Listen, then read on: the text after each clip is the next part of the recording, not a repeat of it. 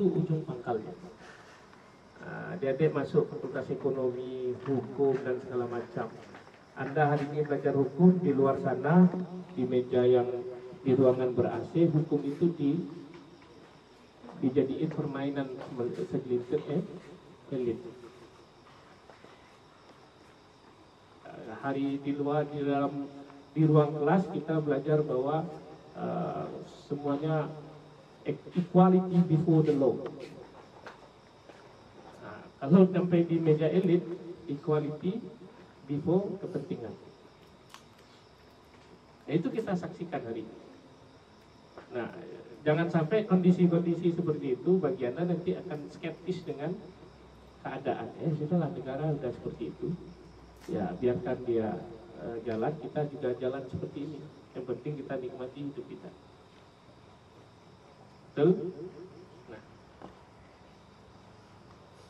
ini agak serius ini. Ini gimana ilmu dan agama? Balik lagi agak serius-serius dulu begini. Biar lihat dulu bagaimana pribadi Hatta tadi. Tentang ilmu dan agama banyak sekali terdapat salah paham. Sebabnya terletak dalam sejarah. Nah, kalimat Hatta ini sederhana tapi menyiratkan banyak hal. Kita seringkali salah kaprah tentang ilmu pengetahuan maupun agama. Faktornya adalah faktor histori, faktor sejarah. Nah, dulu Galileo mempertahankan keyakinannya bahwa bumi itu bulat, rela dibunuh oleh otoritas gereja. Tapi kemudian diplesetkan. Dan fenomena itu terus berlanjut. Bagaimana ilmu dan agama itu menjadi sesuatu yang terus menjadi bahan diskusi. Padahal bagi Hatta sederhana aja. Islam itu adalah agama, bukan ilmu. Sebagai agama, ia tidak dapat langsung memberi isi kepada ilmu. Sumbangan Islam pada ilmu terdapat pada anjuran pada penganutnya untuk mempelajari ilmu sebanyaknya, di mana saja dan dari siapa saja. Sederhana. Tapi dalam alam pikiran ini selalu diperdebatkan. Nah, makanya ada upaya-upaya sekularisasi lah namanya. Agama itu bukan ilmu, agama itu bukan sains, Al-Quran bukan sumber ilmu dan seterusnya. Nah, bagi Hatta, pelita ilmu itu terletak di otak, pelita agama terletak di hati. Karena itu, ilmu dan agama dapat berjalan seiring dengan tiada mengganggu daerah masing-masing. Tahukah Anda, kata-kata pelita ilmu terletak di otak, pelita agama terletak di hati. Di dalam karya adat Minangkabau ada istilah yang namanya raso dibawa naik, pareso dibawa turun. Raso itulah inti dari nilai agama, dan itu juga pakaian adat. Pareso itu letaknya di otak, dibawa naik. Pareso akal nurani kita harus ditanya ke hati kita.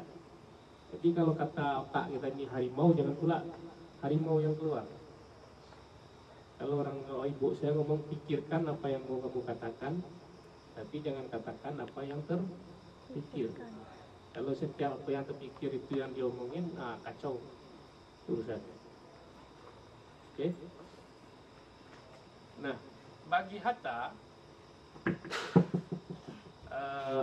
visi keilmuan itu apa? Memerdekakan Indonesia dari segala macam gangguan imperialisme dan kolonialisme, baik politik, ekonomi, dan ideologi. Wah, bisa kata apa ini?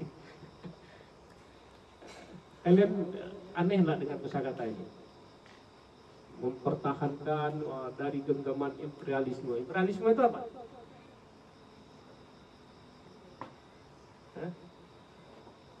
Halo, imperialisme itu apa? Ya, kalau bahasa Indonesianya dijajah, penjajahan. Nah, kolonialisme itu, kalau koloni itu kan pendudukan. Nah, tanah-tanah kita orang yang menguasai, dia yang menduduki. Nah, baik politik, ekonomi, dan ideologi. Nah, ini terlalu absurd kayaknya bagi Anda. Tapi intinya apa yang Hatta inginkan? bahwa dengan ilmu dan agama kita harus menjadi pribadi yang merdeka. Yang tadi dalam kutipan lagu tadi, yang kita miliki itu adalah nama baik, atau bahasa lainnya harga diri. Jadi sepanjang hidup kita ini harga diri itu yang harus dijaga. Ya Gen Z hari ini ya nggak repot itu urusannya. Ya enggak? Saya bukan merendahkan Anda, tapi ini sisi gimana Anda bergulat sebagai pribadi yang ingin tumbuh dan berkembang. Nah, yang saya katakan itu yang disaksikan, yang kami menyaksikan. Oh, kayak gini tuh Gen Z. Kami aja gagap gitu sebagai di kampus ngadapin Gen Z ini, ngasih tugas ya tinggal chat GPT, tanya, tahu-tahu udah selesai. Suruh bikin video tentang ini, tahu-tahunya videonya made in chat GPT. Pas disuruh ngomong tentang apa, nggak ngerti apa-apa. Nah ini mau gimana? Aku harus seperti apa? Lah agak bingung juga. Giliran dikasih nilai C, ributnya sampai tengah malam. Pak, tolonglah Pak, kasih nilai apa? Dikasih lihat bukti jawabannya salah semua. Ya kasihlah toleransi Pak. Kan kami rajin masuk Pak. Jadi Anda tawar-menawarkan harga diri Anda itu dengan hal-hal yang hanya terukur yang terlihat saja, tidak pada aspek quality. Oke? Yang penting Anda hadir ya udah harusnya dapat A. Dan sistem mendukung itu. Nah, sistem mendukung itu. Ketika kami ngasih banyak C, maka sistem kata-kata ini dosennya nggak pandai ngajar. Kenapa? Kalau C semua nanti orang akreditasinya jelek. Kalau jelek nanti mahasiswanya tidak ada. Nah, jadi kita ini diguyon-guyoni atau diguyoni apa ya? Ditertawai sama sistem ini. Canda-candain aja. Jadi bulan-bulanan sistem. Sedang di kampus, Bapak Ibu dosen itu bercerita tentang yang indah-indah saja. Yang idealis, mempertahankan idealisme, gitu kan? Tapi nggak ada dalam aksi. Nah, Hatta kebalikan dari itu. Apa yang dia baca, apa yang dia katakan, apa yang dia tulis, itulah sikap dia, itulah perbuatan dia. Mana contoh? Nah, ini Hatta dan istrinya. Istri pertama Bung Hatta itu adalah ibadah. Istri keduanya adalah buku. Istri ketiganya baru saya. Ini pernyataan sirah Rahmi Rahim. Jadi jangan ganggu bukunya Bung Hatta. Karena pernah satu kali saya baca dalam autobiografinya, ponakannya minjam buku Bung Hatta. Silakan bawa, tapi dijaga. Tahu-taunya buku itu hilang. Berita Hatta apa? Kamu cari orang jualnya sampai ketemu. Kalau tidak ketemu jangan balik. Udah 3 hari 3 malam ponakannya nyari kemana-mana sampai ke Bandung tidak ketemu. Menangis-nangis minta maaf sama Hatta. Apa kata-kata? Tahu kamu susah ya kan? Itu baru mencari orang yang menjual. Bagaimana caranya orang yang menulisnya? Kalau kamu tidak bisa menghargai bukumu, cuma aja kamu hidup.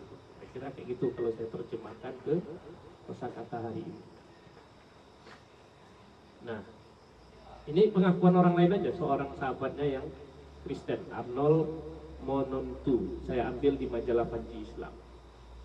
Taatnya Bung Hatta kepada agama dan cintanya pada kebenaran, juga keteguhan iman dan kuat kepercayaan akan cita-citanya adalah pembawaan yang diperoleh dari turunan alim ulama, yaitu seorang kakeknya yang mursyid tarikah Naqsabandi tadi. Demikianlah cintanya kepada ilmu dan buku-buku. Selama hidupnya sampai sekarang, Bung Hatta belum pernah bercerai dengan buku-bukunya yang tidak sedikit jumlahnya. Okay. Keyakinan kepada agama dan ilmu memberikan iman yang teguh padanya sehingga beliau sanggup menghadapi segala keadaan, penderitaan, percobaan dengan jiwa yang tenang dan hati yang sabar. Hatta pada tahun 1934 itu pernah diasingkan di Bovendigul. Tahu Bovendigul? Tak masuk kosakata pikiran kalian ya. Bovendigul itu salah satu penjara tempat pengasingan paling menyeramkan pada masa penjajahan Belanda. Oke. Nah, tempatnya di mana ini Irian Jaya, Maluku, nah di bawahnya itu terasing di lautan yang sangat luas sekali. Mau kemana-mana tidak bisa. Tapi apa permintaan Hatta kepada Belanda? Oke, kamu asingkan saya, tapi tolong bawa buku saya ke sini. Berkoper-koper dibawa. Nah, pribadi Hatta yang unik tadi gimana? Disiplinnya, waktu beliau pagi kalau jalan keluar, bagi orang-orang yang jualan di daerah Bovendigul, Hatta itu menjadi jam. Kalau Hatta lewat, berarti tandanya jam 6 pagi. Kalau Hatta pulang, arti tandanya jam 5 sore. Dan itu selalu pasti. Saking disiplinnya sosok Bung Hatta. Kalau ini pembawaan ini karakter udah dari zaman beliau masih kecil. Hatta masih kecil itu pernah kejadian beliau nabung itu tuh disusun dalam laci duitnya itu. Duit, katakanlah duit receh itu disusun rapi-rapi. Satu kali susunannya ini berubah. Susunannya berubah. Dan Hatta tahu. Nangisnya minta ampun. Tidak ada yang bisa mendiamkan Hatta sampai ada yang ngaku siapa yang nyentuh duit dia di dalam lacinya itu. Ini pribadi Hatta ya. Pribadi Hatta yang sangat disiplin, jujur, dan juga apa kosakata yang pas orangnya kayak gini, makhluk aneh ini, makhluk alien ini, yang kalau hari ini sulit kita mencari persandingannya itu. Nah, di Bovendigul Hatta mengajar filsafat, untuk orang-orang yang ada di pengasingan itu, yang kemudian beliau nulis seri bukunya itu Alam Pikiran Yunani. Alam Pikiran Yunani ditulis di penjara pada masa pengasingan. Bung Karno yang bacain proklamasi itu tidak sanggup diasingkan di Bovendigul. Akhirnya pindah ke Bengkulu. Di Bengkulu temu Fatmawati, nikah meneh. Ya, itu kita harus lihat gimana pribadiannya masing-masing. Bung Karno yang sangat flamboyan, sangat digemari perempuan, di mana duduk Bung Karno di situ perempuan akan melekat gitu. Bukan karena ini, memang karisma beliau itu sangat bikin kelepek-kelepek gitu. Ya sama kayak kalian ngelihat Lee Min Ho itu siapa ya, bintang Korea saya tidak tahu juga. Kalau Lee Min Ho itu film Meteor Garden gitu. Itu Pak Zulkifli. Itu Bung Hatta. Jadi kalau Bung Hatta beda lagi. Bung Hatta pernah bersumpah, saya tidak akan menikah sebelum Republik ini merdeka.